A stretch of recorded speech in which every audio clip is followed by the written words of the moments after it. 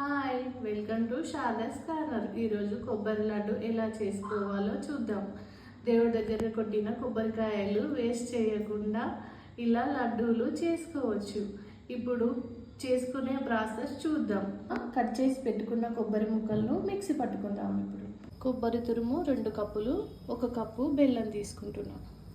Stove on చేసి pan పెట్టుకొని 1 spoon నెయ్యి వేసుకొని డ్రై ఫ్రూట్స్ వేసి వేపుకోవాలి. ఇలా వేగాక తీసి పక్కన పెట్టేసుకోవాలి. అదే ప్యాన్లో 2 స్పూన్ల నెయ్యి వేసుకొని ఇప్పుడు కొబ్బరి తురుము వేసుకోవాలి. 2 కప్స్ కొబ్బరి తురుము. 2 కప్స్ కొబ్బరికి 1 కప్పు బెల్లం వేసుకొని ఇలా ఉండలు లేకుండా కలుపుకొని ఇప్పుడు కొన్ని వాటర్ వేసుకోవాలి. ఇది కరిగేటట్టు వాటర్ అయినా పాలైనా వేసుకోవాలి. ఒక 2 టీ స్పూన్లు వాటర్ వేసాక ఇలా కరిగిపోతుంది. స్పూన్తో ఇలా నొక్కుకొని ఒకసారి కలుపుకొని ఇప్పుడు స్టవ్ సిమ్లో పెట్టి మూత పెట్టి 5 మినిట్స్ వదిలేయాలి. ఇప్పుడు చల్లవచ్చిన డ్రై ఫ్రూట్స్ని మిక్సీ పట్టుకుందాం. ఇలా బరకగా పట్టుకోవాలి. మెత్తగా పట్టుకుంటే అల్లనే కలిసిపోతుంది.